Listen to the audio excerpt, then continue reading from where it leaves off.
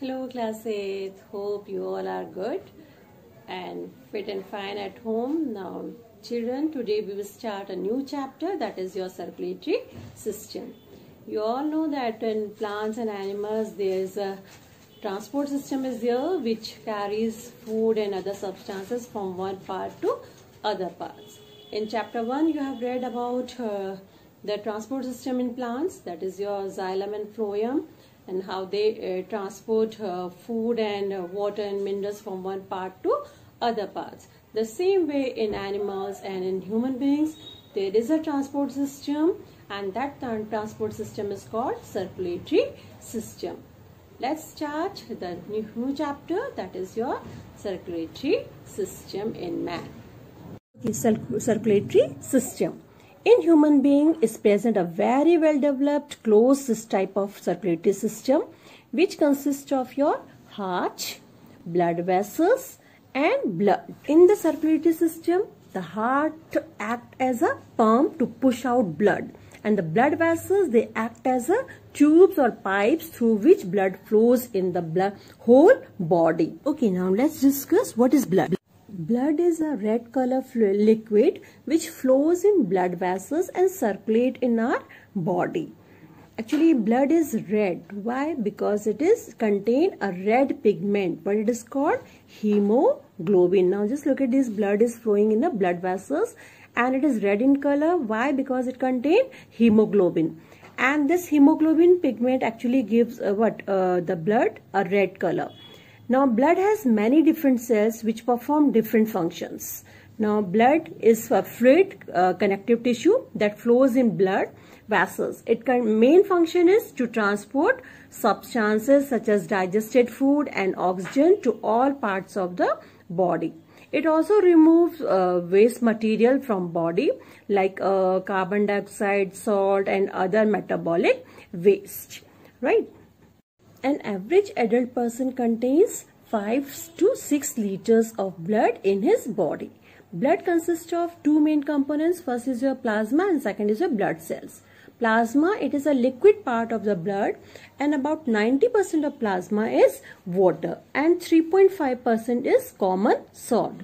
Plasma contains dissolved substances such as digested food and waste products, and carries these products from one part to another part in the body. Now different types of cells like RBCs, WBCs and platelets, these are suspended in plasma, and the color of plasma is pale yellow and it is sticky liquid. Okay, now next is your blood cells. There are 3 types of blood cells are there. They are also called corpuscles. First is your red blood cells, that is called RBCs, and they are also known as erythrocytes. While second is your white blood cells or WBCs, and they are also called leukocytes. And third type of blood cells are blood platelets, and they are also known as thrombocytes. Okay, first we will talk about the red blood cells. Red blood cells or RBCs, they are red in color due to the presence of a red pigment, and what that red pigment is called, that is your hemoglobin, which is present inside them. Hemoglobin actually present in red blood cells carries oxygen to different parts of the body, and it transports oxygen to all cells of the body, and by combining with oxygen to form a compound, what it is called oxyhemoglobin. What is the main function of RBCs? That is, it carries oxygen and carbon dioxide. Means RBCs or red blood cells, they help in transportation of oxygen and carbon dioxide. And RBCs, actually if there is low RBCs count, it causes a disease called anemia, or the person become anemic. Actually hemoglobin, it is made up of iron, and by taking iron we can avoid this anemia, right? Now next is your, just look at your the main characteristics of RBCs. RBCs, they contain hemoglobin, they do not have nucleus. RBCs are disc shaped and they made inside bone marrow.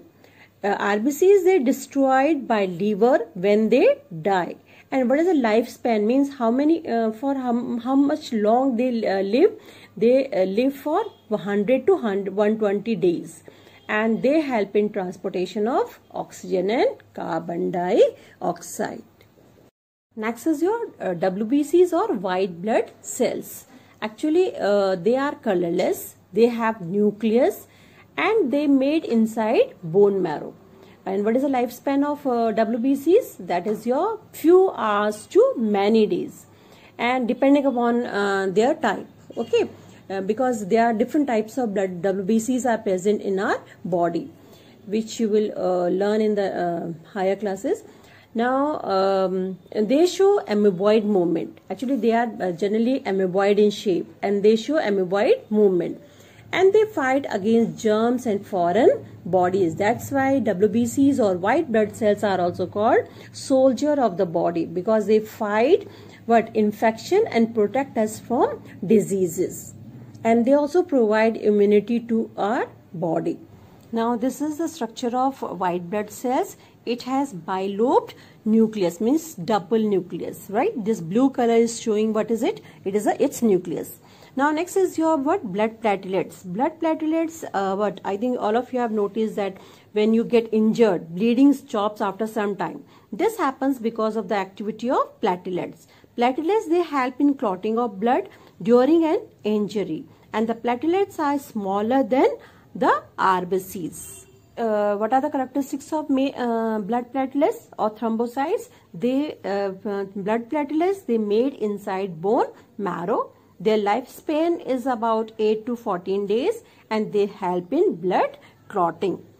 So, however, there were no platelets in the blood, or the number of platelets become low in blood, then bleeding caused by a cut from an injury would not stop.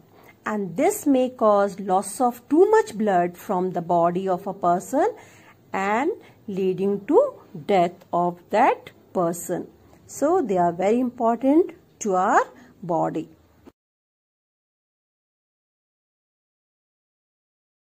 Okay, thank you children, and rest of the part of this chapter we will do in next video.